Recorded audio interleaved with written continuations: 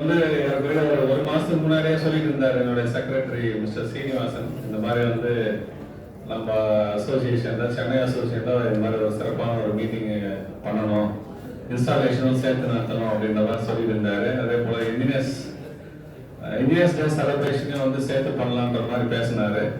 சரி சார் பண்ணுங்க, சிறப்பாக பண்ணலாம், நாங்களாம் வந்து கலந்துக்கிறோம் அப்படின்னு சொல்லியிருந்தோம். ஆக்சுவலாக வந்து லாஸ்ட் மந்த் செப்டம்பர் 15 வந்து நடத்துற மாதிரி பிளான் பண்ணாங்க. அதுக்குள்ள வந்து நம்மளுடைய மண்டலம் 1ல பார்த்தீங்கன்னா ஆம்பூர் சிவில் இன்ஜினியர்ஸ் அசோசியேஷன் ஒரு புது அசோசியேஷன் வந்து உருவானது. ஸோ அந்த அசோசியேஷனை வந்து நம்ம செலிப்ரேட் பண்ணோம், அவங்கள வந்து வெல்கம் பண்ணுறதுக்காக விட்டு தான் வந்து அன்னைக்கு டே நடத்த வேண்டிய இந்த நிகழ்வு வந்து இன்னைக்கு போஸ்ட்போன் பண்ணி இன்னைக்கு நடக்குது. ஆக்சுவலா அன்னைக்கு வந்து எல்லாரும் சென்னை அசோசியேஷன்ல இருந்து ஒரு 6 பேர் வந்து கலந்துக்கிட்டாங்க. ஆம்பூர் அசோசியேஷன் நாங்களும் போயிருந்தோம். நம்ம ஸ்டேட் பிரசிடென்ட் சாரும் வந்திருந்தாரு, ட்ரெஷரர் எல்லாருமே வந்திருந்தாங்க. ரொம்ப சிறப்பா அந்த ஆம்பூர் சிவில் இன்ஜினியர்ஸ் அசோசியேஷன் பார்த்தீங்கன்னா ஒரு 80 மெம்பரை வச்சு அசோசியேஷன் வந்து புதுசாக ஒன்று கிரியேட் ஆச்சு. அன்னைக்கு அசோசியேஷன் இது வரைக்கும் நாங்கள் இப்போ நம்மளுடைய இது எடுத்துட்டா மண்டலம் 1 எடுத்துட்டாங்க. இந்த மாதிரி வந்து இவ்வளோ மெம்பர்ஸோட ஒரு அசோசியேஷன் வந்து புதுசாக உருவானதா இது வரைக்கும் சரித்திரமே இல்லைன்னு சொல்லலாம். ஸோ அந்த மாதிரி வந்து ஒரு நல்ல ஒரு கோஆப்ரேட் பண்ணி இன்ஜினியர்ஸ் வந்து அவங்க அந்த பிஎஸ்டிஸ் பார்த்தீங்கன்னா எல்லாரையும் வந்து கோஆர்டினேட் பண்ணி எல்லாரையும் வெல்கம் பண்ணி ஒவ்வொருத்தரும் இண்டிவிஜுவலாக போயிட்டு இன்வைட் பண்ணி அவ்வளோ இன்ஜினியர்ஸை வந்து அவங்க ஹாலில் உட்கார வச்சிருந்தாங்க. உண்மையாக வந்து எங்களுக்கு ரொம்ப ஹாப்பியாக இருந்தது, ரொம்ப பிரமிப்பாகவும் இருந்தது. இது வரைக்கும் நம்ம மண்டலம் 1 இல்லை, நம்ம ஸ்டேட்லேயே நடந்ததான்னு கூட எனக்கு தெரியல. இந்த மாதிரி ஒரு சிறப்பான ஒரு நிகழ்வு. அதே போல வந்து இன்ஜினியர்ஸ் எல்லாருமே வந்து ஆம்பரை பொறுத்த வரைக்கும் அவ்வளோ பேரை வந்து நல்லா கோஆப்ரேட் பண்ணி எல்லாரும் வந்து கலந்துக்கிட்டு அந்த விழாவை வந்து ரொம்ப சிறப்பிச்சிருந்தாங்க. அதே நிகழ்வு மாதிரியே வந்து இன்னைக்கு பார்த்தா நம்மளுடைய சென்னை அசோசியேஷனும் பார்த்தீங்கன்னா எல்லா பொறியாளர்களும் அதே போல மற்ற அசோசியேஷன் மண்டலம் 1ல இருந்து மற்ற அசோசியேஷன் எடுத்துட்டோம்னாக்கா Koodantheri association, Chengalpattu association, Tiruvallur association, Kanchipuram association, Vellore civil engineer association, Tirupattur association, இது மாதிரி வந்து எல்லா அசோசியேஷன் நம்ம மண்டலத்தில் பார்த்தீங்கன்னா மொத்தம் 9 அசோசியேஷன். இப்போ ஆம்பரோட சேர்த்து பார்த்தீங்கன்னா 9 அசோசியேஷன் நம்ம மண்டலம் 1ல் வந்து இணைஞ்சிருக்கு. ஸோ மிக சிறப்பான ஒரு விஷயம். இன்னொரு அசோசியேஷன் வந்து புதுசாக இணையம் இருக்குது. அதனுடைய இது வந்து இன்னொரு லேட்டராக நாங்கள் அனௌன்ஸ் பண்ணுவோம். அந்த மீட்டிங் வந்து கண்டிப்பாக இங்கே நடக்கும் சென்னையில். இப்போ வந்து இந்த நிகழ்வுல வந்து மிக சிறப்பாக அமைய என்னுடைய வாழ்த்துக்கள். நம்மளுடைய சென்னை அசோசியேஷன் வந்து மிக சிறப்பாக நடந்துட்டு இருக்கு. கொஞ்ச நேரத்துக்கு முன்னாடி கூட பார்த்தீங்கன்னா வெளியில வந்து ஒரு ப்ரெஸ் மீட் கொடுத்தாங்க. நம்மளுடைய கன்ஸ்ட்ரக்ஷன் மெட்டீரியல்ஸ் எல்லாம் எந்த அளவுக்கு வந்து விலைவாசி உயர்வெல்லாம் ஏறி இருக்கு, அதே போல இந்த சிங்கிள் விண்டோ சிஸ்டத்தினால எந்த அளவுக்குலாம் நமக்கு பாதிப்பு இருக்குன்றத பற்றிலாம் வந்து பேசியிருக்காங்க. ஸோ இந்த விஷயத்த வந்து மீடியா வந்து அதாவது மற்ற விஷயத்துக்கு வந்து அவங்க எந்த அளவுக்கு வந்து சப்போர்ட் பண்றாங்களோ அது போல நம்மளுடைய கட்டுமான துறையில பாதிக்கப்பட்டவங்கன்னு எடுத்துக்கிட்டாங்க. நாட் ஓன்லி இன்ஜினியர்ஸ், ஒர்க்கர்ஸ் கிட்டயும் பேசலாம், இன்ஜினியர்ஸ் கிட்ட பேசலாம். அதே போல பாத்தீங்கன்னா கன்ஸ்ட்ரக்ஷன் நடக்கிற சைட்ல வந்து இண்டிவிஜுவலா கன்ஸ்ட்ரக்ஷன் பண்ற ஹவுஸ் ஓனர்ஸ் வந்து எந்த மாதிரி வந்து பாதிக்கப்படுறாங்க இந்த விளையாட்டுத்தால அப்படின்றத பத்தியும் வந்து பேட்டி எடுத்து அந்த நியூஸும் வந்து இதை வந்து அரசுக்கு தெரியப்படுத்தினா வந்து இன்னும் கொஞ்சம் சிறப்பா இருக்கணும்னு சொல்லிட்டு நான் இந்த நேரத்தில் சொல்லிக்க விரும்புறேன். இது மாதிரியான விஷயங்கள்லாம் வந்து நடத்துறது வந்து நம்ம எப்படி வந்து மீட் அவுட் பண்ண போறோம், இதுக்கு வந்து அரசு நமக்கு எப்படி சப்போர்ட் பண்ணுறது இந்த பிரஸ் மீட்டுக்கு அப்புறம் அவங்க கிட்ட இருந்து என்ன ரியாக்ஷன் வருதுன்றது பார்க்கலாம். நன்றி, வணக்கம். ஏஆர்எஸ் சார்ந்து நான் வந்து பேசணும்னு நினைக்கிறத விட நானும் வந்து ஒரு பேசிக்கலி சிவில் இன்ஜினியர். கிட்டத்தட்ட ஒரு 28 வருஷமா இங்க இந்த மாதிரியான மார்க்கெட்டிங், டிமாண்ட் ஜெனரேஷன் பல கம்பெனியில் வேலை செஞ்சுட்டு இப்போ இங்கே head of the department, general manager, field marketing and technical சர்வீஸாக இருக்கேன். இப்போ நான் பேச போகிறது வந்து ஓரளவு ஏஆர்எஸை பற்றி இருந்தாலும் மேக்சிமமாக ஒரு தொழில்நுட்பத்தை பற்றி தான் பேச போகிறேன். உங்களுக்கு நிச்சயமாக உபயோகமாக இருக்குன்ற எண்ணம் எனக்கு இருக்குது. ஏன்னா இது மாதிரி நான் கிட்டத்தட்ட 2000 ப்ரெசன்டேஷன் மேலே பண்ணிட்டேன்.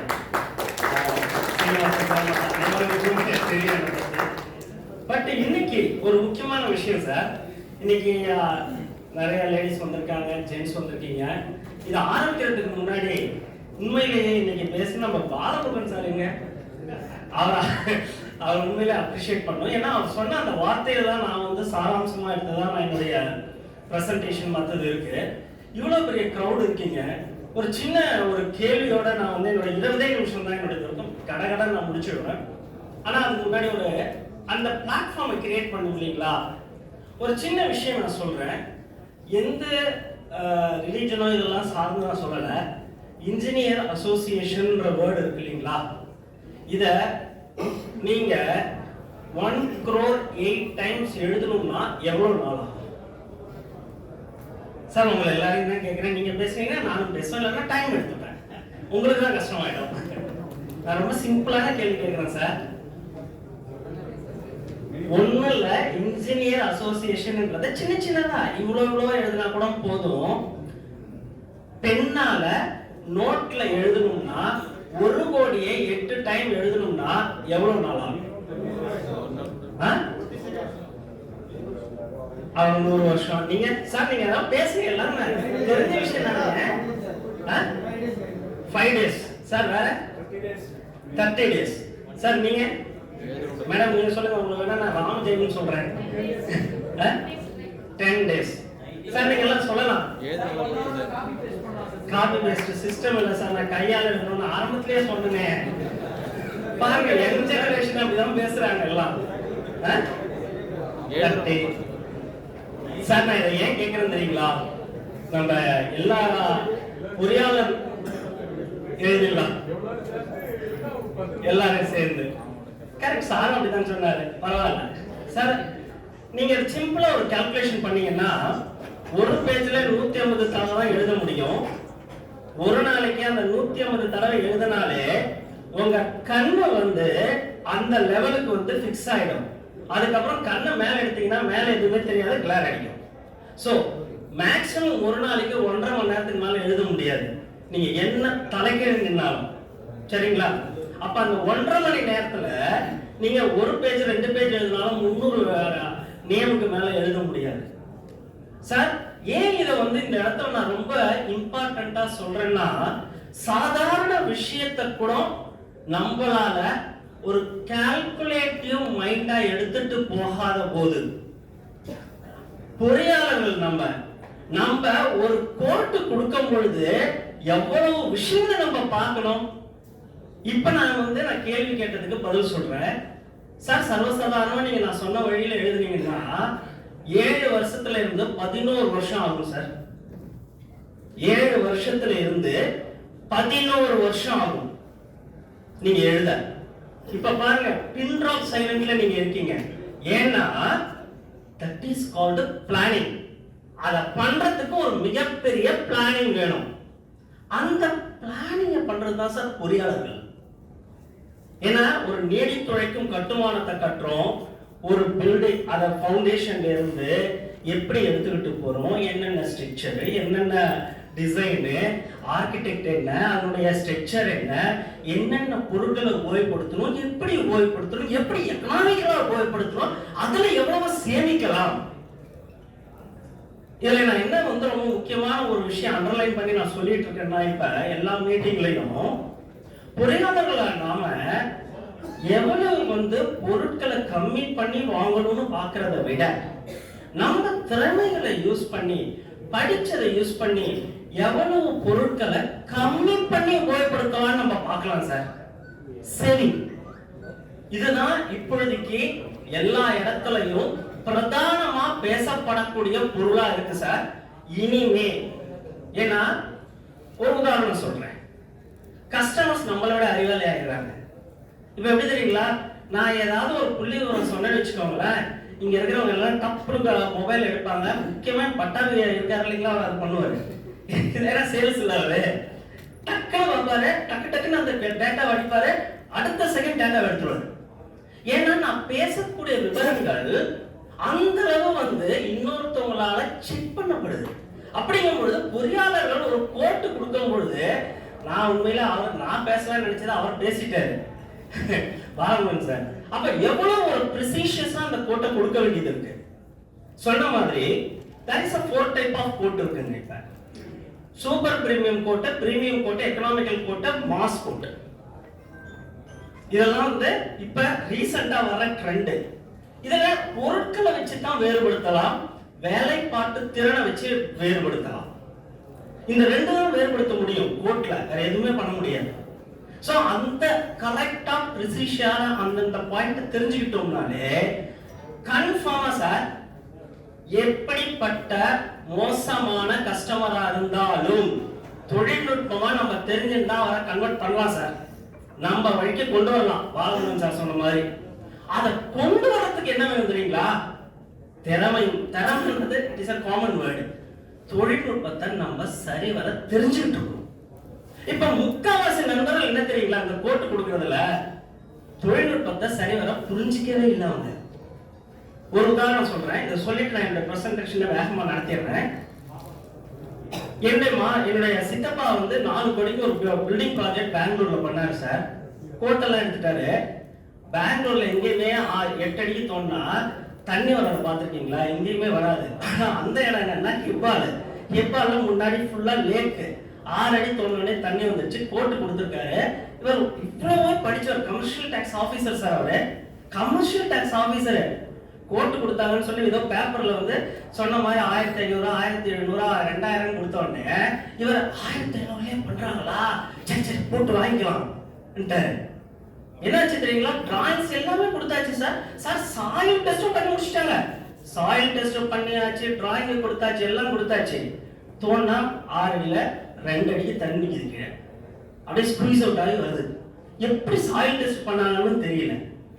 ஏன் இதை சொல்ல வர தெரியுங்களா? அப்பதான் அவருக்கு விழிப்பே வருது. நான் எவ்வளவோ சொல்லி பார்த்தேன். நான் வந்து வெளியில இருந்ததால கொஞ்சம் பர்சனலா போய் சொல்ல முடியல. நான் பேசணும் மொத்தமா எல்லாத்தையும் வாங்கிக்கோங்க, கேட்கவே இல்லை. இப்ப என்ன பண்றாரு தெரியுங்களா? இப்ப அவருடைய பைல் ஃபவுண்டேஷன், மேக் ஃபவுண்டேஷன்ன்றாங்க. ஃபர்தர் 60 lakhs வந்து அவருடைய பட்ஜெட்ல ஆட் ஆன் ஆகுது ஃபவுண்டேஷனுக்கு மட்டும். இப்ப யோசிக்கிறாரு. இப்ப என்ன பண்றாரு தெரியுங்களா?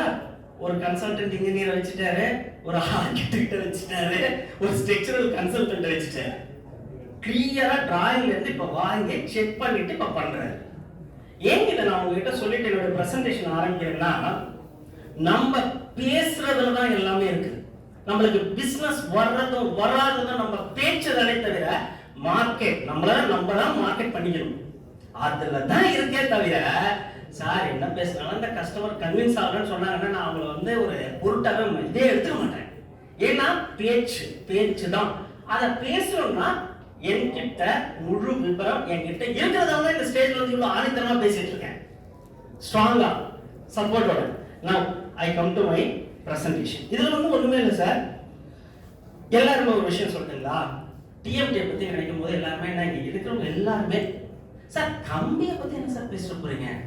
அதுதான் ஆண்டாண்டு காலமா போட்டுக்கிட்டே இருக்கோமே, எல்லாம் தான் நல்லா இருக்கே, முன்னாடி போட்ட கம்பிகள்ல கட்டின வீடெல்லாம் நின்றுட்டு இருக்கே, அப்ப கம்பியை பத்தி என்ன பேச போறீங்க சார்? கம்பி வந்து 19%.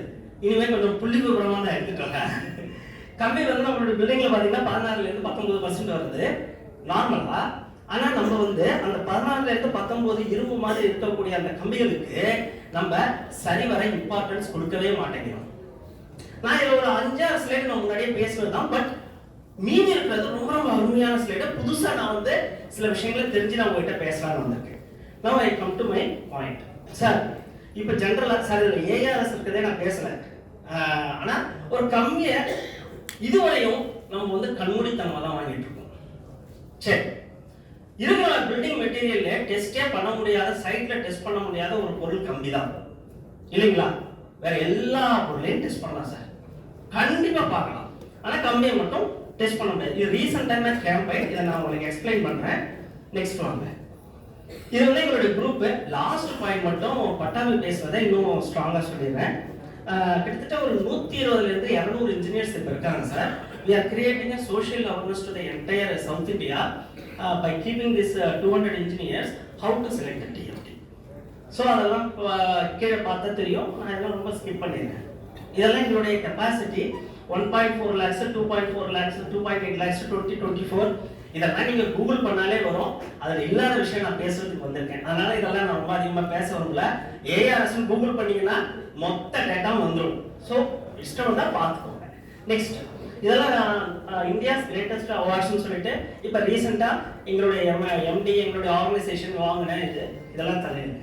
Green pro certificates. நெக்ஸ்ட், இதெல்லாம் அவார்ட்ஸுங்க. நெக்ஸ்ட், ரீசெண்டாக டைம்ஸ் அவார்டும் வாங்கினாங்க. இப்போ முக்கியமான விஷயத்துக்கு வரலாம். TMT know the truth. That is இன்னும் 20 நிமிஷம் நான் அதை பற்றிலாம் ரொம்ப ஸ்ட்ராங்காக பேச போகிறேன். நெக்ஸ்ட், இதெல்லாம் முன்னாடியே நான் ஒரு ப்ரெசன்டேஷனில் காட்டிட்டேன். நீங்கள் முன்னாடி என்னோட ப்ரெசன்டேஷனில் பார்த்துருந்தீங்கன்னா தெரியும். அதை விட அடுத்த லெவலுக்கு நான் போகணும்னு நினைக்கிறேன். இதெல்லாம் வந்து டைப்ஸ் ஆஃப் ரெயின்ஃபோர்ஸ்மெண்ட் பார்ஸ். இதில் இதுவரையுங்க டிஎம்டிக்கு ரீப்ளேஸ்மெண்ட்டு வரவே இல்லை, வர்றதுக்கு ரொம்ப நாளாகும். நெக்ஸ்ட் சார், இந்த நிமிஷம் வரையும் இன்ஜினியர்ஸ் வந்து நம்ம என்னையும் சேர்த்து தான் சார், எது பேசினாலும் என்னையும் சேர்த்து. நானும் சிவில் இன்ஜினியர் தான். 5 வருஷம் நானும் ப்ராஜெக்ட் கன்சல்டண்ட்டாக இருந்தேன், ப்ராஜெக்ட் கோஆர்டினேட்டராக இருந்தேன் ஸ்ரீராம் குரூப் ஆஃப் கம்பெனிஸ்க்கு. அதனால எனக்கும் இது தெரியும். இந்த லாஸ்ட்டாக இருக்கு பாருங்க, dealer recommendation, economical low brand, quality, brand image. முக்காவாசி இந்த பிராண்ட் இமேஜ்லையும் அந்த தேர்ட் பாயிண்ட்லையும் ஃபோர்த் பாயிண்ட்லையும் தான் இருக்காங்க. குவாலிட்டின்றது ரொம்ப கம்மி. அதாவது சைட்ல டெஸ்ட் பண்ண முடியாது இல்லையா, அதனால பார்க்கறது. நெக்ஸ்ட், இந்த அப்ஜெக்டிவ் இதெல்லாம் அப்படியே தள்ளிடுங்க. அப்படியே இது சார், இது ரொம்ப முக்கியமான விஷயம் சார். ஒரே ஒரு மித்து மட்டும் சொல்லிடுறேன், இது எல்லா மீட்டிங்குமே சொல்றது தான். இப்பொழுதைக்கு பிரைமரி செகண்டரி டிஎம்டிலாம் கிடையாதுங்க. எல்லாமே வந்து ரொம்ப நாள் முன்னாடியே எடுத்துட்டாங்க. இன்னும் வந்து நம்ம திருப்பி நினைச்சிட்டு இருக்கோம் பிரைமரி செகண்டரின்னு. இண்டக்ஷன் ஃபர்னஸா பிளாஸ்ட் ஃபர்னஸா தான் இருக்கு. அதை நான் அடுத்ததுல காட்டுறேன் பாருங்க. இதுதான் அதே இது. அடுத்தது வாங்க. ஏன் இதுல சொல்றேன் பாருங்க sir, there is no any virgin steel. இது எதுக்கு நான் இந்த போட்டோ விட்டுருங்க, நான் அதை எதுக்கு எடுத்திருக்கேன்னா, ஆல்ரெடி நீங்க பிரைமரி ஸ்டீல் வாங்கியிருக்கிற ஸ்டீல்லையே 15% ரீசைக்கிள் மெட்டீரியல் யூஸ் பண்ணணும்னு சொல்லி கவர்மெண்ட் ஆர்டரே இருக்கு சார். திருப்பியும் சொல்றேன், நீங்க உபயோகப்படுத்துற எந்த டிஎம்டியும் நேரடியா ஹேமடைட்ல இருந்து வரல. இது நான் சொல்லல, கவர்மெண்ட் ஆர்டர்ஸ் இருக்கு. அத வந்து 2025 குள்ள கிட்டத்தட்ட 25% இது பாருங்க, 25% இன்க்ரீஸ் பண்ணணும்னு சொல்லி கவர்மெண்டே கொடுத்துருக்குங்க. 25% 2047 குள்ள இன்க்ரீஸ் பண்ணுங்கன்னு. அதனால என்ன சொல்ல வரேன்னா, இப்ப நீங்க உபயோகப்படுத்துற எந்த ஸ்டீலும் யாராவது வர்ஜின் ஸ்டீல்னு சொன்னாங்கன்னா தயவு செஞ்சு நம்பாதீங்க. வர்ஜின் ஸ்டீலே கிடையாது, ரைட்டுங்களா? அதனால இது அப்படியே ஹேமடைட்ல இருந்து வருதுன்னுட்டோ இல்ல ஸ்பாஞ்ச்ல இருந்து வருதுன்னுட்டோ சொல்லும் பொழுது கண்டிப்பா as a engineer நம்ம அடுத்த கேள்வி கேட்கணும், எப்படி எக்ஸ்பிளைன் பண்ணுங்க. நெக்ஸ்ட், நல்லா தெரிஞ்சுட்டோம்னா சோ கிடையாது அந்த மாதிரி எல்லாம். ரெண்டு தான். ஒன்னு பிளாஸ்ட் ஃபர்னஸ், இது இண்டக்ஷன் ஃபர்னஸ்ல இருந்து வர்றது. இது வந்து சிஆர்சி ரூட்னு சொல்லுவாங்க. இன்னொன்னு வந்து அடுத்தது எடுங்க, இது இண்டக்ஷன் ஃபர்னஸ். அது பிளாஸ்ட் ஃபர்னஸ், இது இண்டக்ஷன் ஃபர்னஸ். சார், இண்டக்ஷன் ஃபர்னஸ்ல இருந்து வர்றது பிளாஸ்ட் ஃபர்னஸ். இதுதான் இப்ப டிஎம்டில இரண்டு மிகப்பெரிய வேறுபாடு. சோ பிரைமரி ஸ்டீல்னுட்டோ செகண்டரி ஸ்டீல்னுட்டோ கிடையாது சார். இங்க இருந்து தயவு செஞ்சு வெளில போகும்போது இன்னொரு வாட்டி நம்மளே பிரைமரி ஸ்டீல் செகண்டரி ஸ்டீல் பேசுறதே விட்டுருங்க. அது மாதிரிலாம் எதுவுமே கிடையாது ஆஸ் பர் கவர்மெண்ட் பிரகாரமே. ஸோ அதை நம்ம யூஸ் பண்றதே வந்து தேவையில்லாது. அதே மாதிரி யூரோப்பியன் கண்ட்ரிஸ் அண்ட் வெளியில எல்லாம் பாத்தீங்கன்னா there is no any blast furnace rooted TMT manufacturers. ஏன் தெரியுங்களா? கிட்டத்தட்ட கார்பன் இப்பெல்லாம் நிறைய கார்பன் ஃபுட் பிரிண்ட். சீனிவாசன் சாருக்கு நானே ரெக்கமெண்ட் பண்றேன், நெக்ஸ்ட் டைம் வந்து கார்பன் ஃபுட் பிரிண்ட் பத்தி ஏதாவது மீட்டிங் வைங்க. ரொம்ப ரொம்ப ரொம்ப யூஸ்ஃபுல்லா இருக்கும். அதுதான் ரொம்ப டெவலப் ஆகி வந்துட்டு இருக்கு. கார்பன் ஃபுட் பிரிண்ட்னு சொல்றாங்க இல்லைங்களா? பிளாஸ்ட் ஃபர்னஸ்ல பண்ணாங்கன்னா 1 டன்னு நார்மலா டிஎம்டி ப்ரொடியூஸ் பண்ணணும்னா கிட்டத்தட்ட 1 டன்னுக்கு கார்பன் டை ஆக்சைடு வெளியில விடுறோம். அதனாலதான் யூரோப்பியன் அண்ட் யுஎஸ் கண்ட்ரீஸ்ல பிளாஸ்ட் ஃபர்னஸ் அந்த ரூட்டே கிடையாது, யாரும் பர்மிஷன் கொடுக்கறது இல்ல. Only induction furnace. இண்டக்ஷன் ஃபர்னஸ்ல எடுத்துக்கிட்டீங்கன்னா 1 டன் மேனுஃபேக்சர் பண்ணணும்னு நீங்க நினைச்சீங்கன்னா அந்த அதாவது கார்பன் எமிஷன், அதாவது பர்டிகுலரா சொல்லணும்னா கார்பன் டை ஆக்சைடு எமிஷன் எடுத்துக்கிட்டோம்னா அது வந்து ரொம்ப ரொம்ப கம்மி, கிட்டத்தட்ட 5 kg தான் வெளில வரும். அப்ப என்விரான்மெண்டலுக்கு எது ரொம்ப முக்கியம்ன்றதும் இருக்கு. அதனால தான் நான் சொன்னேன் social awareness. This is also called social awareness. Next right wait. இங்க லேடிஸ் இருக்காங்க, ஒருத்தவங்க தான் என் கண்ணில் படுறாங்க. ஏன்னா அவங்களுக்கு ரொம்ப பிடிச்சதுதான் நான் காட்டுறேன். இங்க இவ்வளவு பேர் அமர்ந்திருக்கீங்க, அவங்க லேடிஸ்ன்றதால அவங்கள இந்த கூட்டு. லாஸ்டா எப்ப மேடம் நீங்க கோல்டு வாங்குனீங்க? லாஸ்ட் வீக்கே வாங்குனீங்களா? ரொம்ப பணக்காரங்கன்னு நினைக்கிறேன். சரி பரவாயில்ல. சரி கோல்டு வாங்குனீங்க இல்லைங்களா? கோல்டு எல்லாமே சார் ப்ளீஸ் எல்லாருமே கொஞ்சம் கவனமா கேளுங்க. ரொம்ப முக்கியமா ஒரு ஐ ஓப்பனிங் விஷயம் நான் சொல்றேன். கோல்டு எல்லாமே தங்கப்பாறையில இருந்து எடுத்து மேனுஃபேக்சர் பண்றாங்கன்னு நீங்க நினைக்கிறீங்களா?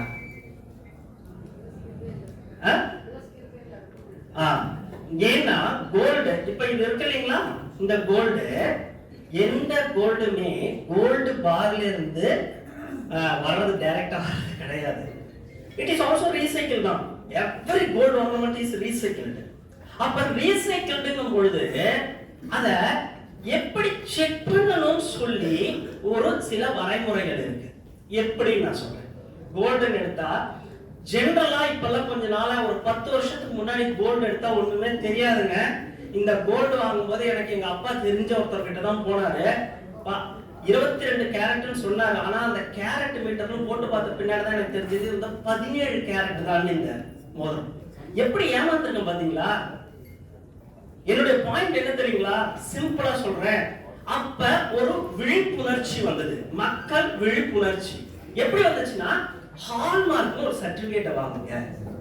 எப்படி ஹால்மார்க் எல்லாரும் தெரியும் இல்லைங்களா? இப்ப நாம வருமே கொஞ்சம் கொஞ்சமா ஹால்மார்க்னு ஒரு சர்டிபிகேட் வாங்க. நெக்ஸ்ட் போங்க. சோ ஒரு சர்டிபிகேட், இது ஒரு authentication for gold production. Sir இதுக்கு அட்வான்ஸ் இப்ப எப்படி தெரியுங்களா? மேடம் உங்க கோல்டு ஏதாவது சரி நீங்க ஏதாவது கோல்டு சரண்டர் பண்ணீங்கன்னா உங்களோட எடுத்து ஒரு சின்ன எக்ஸ்ட்ரா மீட்டர் வைப்பாங்க, பாத்துறீங்களா? That is called carrot metre. ஏன் தெரியுங்களா? அது வந்து இது எவ்வளவு கேரட்னு காட்டும். என்னடா திடீர்னு கோல்ட பத்தி பேசுறேன்னு நினைக்காதீங்க. ரொம்ப ரொம்ப முக்கியம். கோல்டை விட முக்கியமா இருக்கக்கூடிய கன்ஸ்ட்ரக்ஷன்ல 19% இருக்கக்கூடிய டிஎம்டியை மறந்துடுறோம். திருப்பி திருப்பி சொல்றேன், டிஎம்டியை மொத்தமா மறந்துடுறோம். ஏதோ ஒரு மித்துல வாங்கிட்டு இருக்கோம் டிஎம்டியை. இப்ப பாருங்க, ஹால்மார்க் சர்டிபிகேட் வந்துருச்சுங்களா? நெக்ஸ்ட் கிளிக் பண்ணுங்க. So certification next. சார் அடுத்தது கேரட் எக்ஸ்ரே ஸ்பெக்ட்ரோமீட்டர் வருதா? அது பேர் வந்து எக்ஸ்ரே ஸ்பெக்ட்ரோமீட்டர். அதுல இத வெச்சீங்கன்னா கோல்டு இல்லைங்க, இதுல எந்த எலிமெண்ட் இருந்தாலும் காட்டிடும் எவ்வளவு பர்சன்டேஜ் இருக்கு. அது கோல்டு நமக்கு முக்கியமா வேணும்ட்டு கோல்டு எடுத்துக்கிட்டு 17 கேரட்டா 20 கேரட்டா 22 கேரட்டா 24 கேரட்டான்னு பார்த்துட்டு இப்ப நல்லா கவனிங்க, அதுக்கு தானே காசு கொடுக்குறோம். அப்ப கோல்டுக்கு இவ்வளவு இம்பார்ட்டன்ட் கொடுத்தா டிஎம்டிக்கு இன்னும் அதிகமா கொடுக்கணும்ல. 30 லட்சம் ரூபாய் போட்டு ஒரு வீடு கட்டுறோம், கோல்டுக்கு கொடுக்க அதிகமான காசை கொடுக்குறோம் டிஎம்டிக்கு. ஆனா டிஎம்டி வந்து நம்ம ஏதோ எங்க அப்பா சொன்னாரு ஒரு பிராண்ட், அந்த பிராண்டே நான் எடுத்து வேலை செஞ்சுக்கிறேன்ற மாதிரி நான் கஸ்டமர்ஸை பேசுறேன் சார். ஏன்னா நம்மளும் ஒரு இடத்துல கஸ்டமர்ஸ் தான், அப்படிதான் நினைக்கிறோம். நெக்ஸ்ட் போங்க. நெக்ஸ்ட் டிஎம்டிய சார் சர்டிபிகேஷன்ஸ் இருக்கு சார். அதே மாதிரி இன்னொரு ஒரு சின்ன விஷயம் இதெல்லாம் சொல்லட்டுங்களா? நீங்க வாங்குற டிஎம்டி பர்ச்சேசர் டீலரா இருந்தாலும் சரி, மத்தவங்க யாரா இருந்தாலும் சார், அந்த ப்ராடக்ட் வரும்பொழுது அதனுடைய சர்டிபிகேட் கொடுக்கணும் sir. As per the standard, as per the standard அவங்க சர்டிபிகேட் கொடுக்கணும். இங்க இருக்கிற எத்தனை பேர் நம்ம அந்த சர்டிபிகேட் வாங்குறோம் டீலர் கிட்ட இருந்து? இல்ல டைரக்டா வாங்கினா கூட நீங்க வாங்குற இன்வாய்ஸ்ல அடிச்சு கீழே வந்து அவங்க அந்த சர்டிபிகேட் டெஸ்டிங் சர்டிபிகேட் அனுப்பணும். நம்ம எத்தனை பேர் நம்ம கேட்கிறோம்? சோ இனிமே இந்த அத திருப்பி சொல்றேன், சில விஷயங்கள் நான் உங்களுக்கு முக்கியமா சொல்றேன். இந்த ரூம் விட்டு போகும்போது நெக்ஸ்ட் டைம் ஃபர்ஸ்ட் டிஎம்டி நீங்க பர்ச்சேஸ் பண்ணும்போது எனக்கு டெஸ்ட் சர்டிபிகேட் கொடுங்கன்னு கேளுங்க. டீலர் கிட்டயோ இல்ல அந்த மேனுஃபேக்சரர் கிட்டயோ ஃபர்ஸ்ட் அந்த பழக்கத்தை ஏற்படுத்திக்கோங்க. சோ அதுல சிஸ்டம் எஸ்ஜிஎஸ் சர்டிபிகேட் இந்த மாதிரி சார் தேர்ட் பார்ட்டி சர்டிபிகேட் இருக்கான்னு பாருங்க. அவங்க சர்டிபிகேட் இல்ல, தேர்ட் பார்ட்டி சர்டிபிகேட். எஸ்ஜிஎஸ்ன்றது நெதர்லாந்து ஒரு ஆடிட்டிங் கம்பெனி. இவங்க கிட்டத்தட்ட 132 கண்ட்ரில இருக்காங்க. 1036 ப்ராடக்ட்டுக்கு வந்து இவங்க சர்டிபிகேஷன் கொடுக்குறாங்க. இவங்களுடைய சர்டிபிகேட் எப்படின்னா, எந்த ஃபேக்டரியோ அந்த ஃபேக்டரியிலேயே 2 பேர் இருந்து ஒவ்வொரு ப்ராடக்ட்டுக்கும் சைன் பண்ணி தான் வெளில அனுப்புவாங்க. அந்த மாதிரியான டெஸ்ட் சர்டிபிகேஷன் இருக்கு. சோ சர்டிபிகேட் இப்போ கவனிங்க. அடுத்தது அதுதான் நான் படிச்சிருக்கேன். நெக்ஸ்ட் டிஎம்டியை ஒரே விதத்துல தான் சார் பார்க்கலாம். ஸ்ட்ரென்த்தை இதுல பார்க்கலாம். மற்றது இந்த மாதிரி ஒரு ஸ்பெக்ட்ரோமெட்ரிக்கெல்லாம் நிறைய பசங்க நிக்கிறாங்க பாருங்க, மிஷினா வச்சுட்டு இருக்கோங்க. மொத்தம் கிட்டத்தட்ட வந்து 23 மிஷின் ஸ்பெக்ட்ரோமெட்ரி மிஷின் வந்து எங்க கம்பெனி வாங்கி இந்த ஆர்என்எஸ் கம்பெனிக்காக கொடுத்துருக்காங்க. ஒரு மிஷின் கிட்டத்தட்ட 47 லட்சம் ரூபாய். 47 லட்சம் ரூபாய் 23 மிஷின் 2 மாசத்துல இப்போ வேணா நான் என் பிராண்ட் நேம் சொல்லிடுறேன். ஏஆர்எஸ் வாங்கி விடுறாங்க. ஏன்னா அவேர்னஸ் கஸ்டமர் இன்ஜினியர்ஸ் எல்லாருக்குமே உபயோகப்படுத்துற TMT as per the chemical BAS ஸ்டாண்டர்டா பாஸ் ஆகுதா உங்க சைட்லயே வந்து பார்க்கலாம் என்றது. இந்த டெஸ்ட்டை கண்டிப்பா பண்ணணும். இது வந்து ஜெர்மன் மேடு இங்க இருக்கு. இது முடிஞ்ச உடனே அவங்க உங்களுக்கு டெமான்ஸ்ட்ரேட் காட்டுவாங்க. நெக்ஸ்ட் வாங்க. இல்ல வேகமா போயிட்டீங்கன்னு நினைக்கிறேன். பேக் போங்க. சரி, இன்னொன்னு சொன்னேன். ஸ்பான் செயின்ல இருந்து டிஎம்டின்னு சொல்றாங்க இல்லையா? ஸ்பான் செயின்ல அயன் எவ்வளவு பர்சன்டேஜ் உங்களுக்கு யாராவது தெரியுமா? ஸ்பான் செயின்ல அயன் எவ்வளவு பர்சன்டேஜ்? 50%. சார் நீங்களும் ஏதோ பேசுங்க சார், நான் அப்பதான் கொஞ்சம் வேகமா பேச முடியும். நீங்க பேசலன்னா நான் கவனிக்கவே இல்லை. கூட்டம் 2 வகை படும். கிரேடே கிடைக்கும் சார். 415, 500, 550, 600 எல்லாம் பொருட்கள்ல ரா மெட்டீரியல்ல இல்லை. அந்த புஞ்சிங் ப்ராசஸ்ல தான் இருக்கு. எவ்வளவு வேகம் அதை வந்து குளிர்விக்கிறோன்றது தான் அந்த ப்ராசஸ். ஏன் இதை சொல்றேன் தெரியுங்களா? இதுல இந்த ரெண்டும் வந்து தேர்ட் பார்ட்டி கிட்ட கொடுத்துட்டா எப்படி சார் அந்த 2 வரும்? நம்ம வாங்குற பெரிய பெரிய கம்பெனிகளும் தேர்ட் பார்ட்டிக்கு தான் கொடுக்குறாங்க. ஆனா பிராண்ட் நம்ம நினைச்சிட்டு இருக்கோம் எப்படின்னா செம்ம பிராண்டுப்பா, மக்கள் மத்தியில் அப்படியே ஊடாடிட்டு இருக்கிற பிராண்டுன்னு. ஆனா அவன் பில்லட்டா தான் கொடுக்குறான். ரோலிங் ப்ராசஸும் குஞ்சிங்கும் பண்றது தேர்ட் பார்ட்டி. நல்லா கவனிங்க. அதனால திருப்பி கேட்கிறேன், அந்த மாதிரி பிராண்டை வாங்கும்போது இந்த மெட்டீரியல் எந்த மேனுஃபேக்சரிங் யூனிட்ல இருந்து வந்ததுன்னு கேளுங்க. நான் 2-3 விஷயம் கேளுங்கன்னு சொல்றேன். ஒன்னும் இல்ல, ஒரு ஷாம்பு வாங்குறோம், ஒரு சோப்பு வாங்குறோம், அதுல 6 ப்ராடக்ட் போட்டு ஏபிசின்னு போட்டிருக்கான். எந்த மேனுஃபேக்சரிங் யூனிட்ல இருந்து வருதுன்னு நம்ம செக் பண்றோம். ஆனா டிஎம்டியா செக் பண்றதே இல்ல. டீலர் என்ன சொல்றாரு, மேனுஃபேக்சரர் என்ன சொல்றாரோ வாங்கி போட்டுக்கிறது. நெக்ஸ்ட் பாருங்க. எஸ்டிஎஸ் சர்டிபிகேட் நான் பேசிட்டேன். அதனுடைய டீடைல் அடுத்து காட்டுங்க சார். ஒவ்வொரு பண்டல்லையும் வரும் சார். ஒரு உங்களுக்காக என்னுடைய பட்டாபி சேல்ஸ் அண்ட் மார்க்கெட்டிங் ஜிஎம்காக ஒரு டைம் ஏஆர்எஸ் சொல்லிடுறேன். ஏஆர்எஸ்ல எல்லாமே சர்டிஃபிகேஷன் சார், எல்லாமே சர்டிஃபிகேட் பண்ணி தான் கொடுக்குறாங்க. ரைட், நெக்ஸ்ட் போங்க சார். இது இந்த சர்டிஃபிகேட் சார் ஒவ்வொரு பேட்ச்லையும் இந்த மாதிரி சர்டிஃபிகேட் வாங்கணும் சார். கஸ்டமர் வாங்கணும். 6 டன் வாங்கினா கூட எனக்கு சர்டிஃபிகேட் கொடுங்கன்னு கேளுங்க டீலர்கிட்ட. எல்லா பேட்ச்லையும் சர்டிஃபிகேட் போகுது, கேட்டு வாங்குங்க. இதெல்லாம் போகும்போது நம்ம ஏன் யூஸ் பண்ணக்கூடாது? நெக்ஸ்ட் சரி, எர்த்குவேக் ரெசிஸ்டன்ட்ன்றாங்க. சரி, அதுக்கு என்ன கெமிக்கல் டிஎம்டில இருக்கணும்? நம்ம இருக்கக்கூடிய நண்பர்கள் யாருக்காவது தெரியுமா? எர்த்குவேக் ரெசிஸ்டன்ட் ஜெனரலைஸ்ட் ஒரு வேர்ட்ல சொன்னா அப்படியே நம்பிடுறோம். எதனால அது எர்த்குவேக் ரெசிஸ்டன்ட்? In what? இதெல்லாம் நான் ஹையர் ஸ்டாண்டர்ட் தான் சார் பேசுறேன். எதுவுமே நான் வந்து இதா பேசல. நெக்ஸ்ட் சார், இது வந்து நல்லா கவனிங்க. இது வந்து எர்த்குவேக் ப்ரோலா இருக்கக்கூடிய பைஃபர்கேட் பண்ண zones. Low risk zone, moderate. இதுல பாத்தீங்கன்னா சென்னை வந்து ஜெனரலா ஜோன் 3லயும் ஜோன் 4லயும் வருது. ரொம்ப சந்தோஷப்படாதீங்க. அடுத்து ஒரு மிகப்பெரிய ப்ராப்ளம் இருக்கு சென்னையில. அதை நான் அடுத்த ஸ்லைட்ல காட்டுறேன். இந்த மாதிரியான ஜோன்ஸ்ல சார் கவர்மெண்டே கூடிய விரைவில் ஆர்டர் பண்ண போறாங்க சார், டி குவாலிட்டி மட்டும் தான் உபயோகப்படுத்தணும்னு சொல்லி. ஏன்னா டக்டிலிட்டி வேணும். ஒரு வைப்ரேஷன் சார், வைப்ரேஷன் வந்து எர்த்குவேக் இருந்தா யூஸ் பண்ணணும் இல்ல. ஒரு ரயில்வே லைனுக்கு பக்கத்துல வீடு கட்டினாலும் சரி, ஒரு ஹைவே பக்கத்துல வீடு கட்டினாலும் டக்டிலிட்டி இருக்கக்கூடிய டி குவாலிட்டி ப்ராடக்ட் தான் நீங்க யூஸ் பண்ணணும். It is a rule. ஏன்னா அதனுடைய எலாங்கேஷன் வந்து 10% நார்மல். டி குவாலிட்டி வந்து 14.5% to 24% எலாங்கேஷன். அப்ப அதனுடைய அந்த வைப்ரேஷன் வித்ஸ்டாண்ட் பண்ணும். அதனால இங்க சார் இங்கெல்லாம் வந்து எர்த்குவேக்கே கிடையாது, நம்ம வந்து உபயோகப்படுத்த வேண்டாம்னு நினைக்க கூடாது. அடுத்த ஒரு போட்டோ காட்டுறேன். இது ஐ ஓப்பனிங்கா இருக்கும். நெக்ஸ்ட் போங்க சார். இது வந்து நம்மளுடைய சென்னையுடைய மேப். இந்த சென்னையோட மேப் எப்படின்னா முன்னாடி கம்ப்ளீட்டா லிக்விஃபேஷன் சொல்லக்கூடிய முன்னாடி ஏரி குளத்துல தான் இப்ப இருக்கே சென்னை. ரைட்டுங்களா? இதுல இந்த ஜோன்லாம் பாத்தீங்கனாலே நான் இந்த பிரசன்டேஷன் வேணா அனுப்புறேன். லிக்விஃபேஷன் லைக்லி பாசிபிள் நாட் பாசிபிள் இருக்கு பாருங்க. இந்த கலர் தவிர இது எல்லாமே லிக்விஃபேஷன் தான். அப்படிங்கும் பொழுது 6 அடிக்கு கீழே போனாலே உங்களுக்கு சாயில் லிக்விஃபேஷன் பண்ணி தான் இருக்கும். கரெக்ட்டுங்களா? அப்ப நான் வந்து ஜெனரலா தான் சொல்றேன், இதெல்லாம் நான் டெஸ்ட் பண்ணி சாயில் டெஸ்ட் பண்ணி சொல்றேன். ஜெனரலா இதெல்லாம் இருக்கு கூகுள்ல. சோ இந்த மாதிரி இடங்கள்ல கன்ஃபார்மா சார் டி குவாலிட்டி தான் சார் யூஸ் பண்ணணும். அதனால தான் சொன்னேன் ஹையர் ஸ்ட்ரென்த் போறதை விட நான் 500 யூஸ்னா புத்திசாலியா இல்ல 500 டி யூஸ் பண்ணா புத்திசாலியான்னு கேட்டா 500 டி யூஸ் பண்ணா தான் புத்திசாலியா நான் சொல்லுவேன் ஆஸ் எ இன்ஜினியர். ஏன்னா டி நீடட். ஆனா இத மறந்துறோம் நம்ம எல்லாரும். இப்ப நிறைய ப்ராடக்ட் என்ன பண்றாங்க தெரியுங்களா, 550D ன்றது it is a BIS standard பிரகாரம் இருக்குது.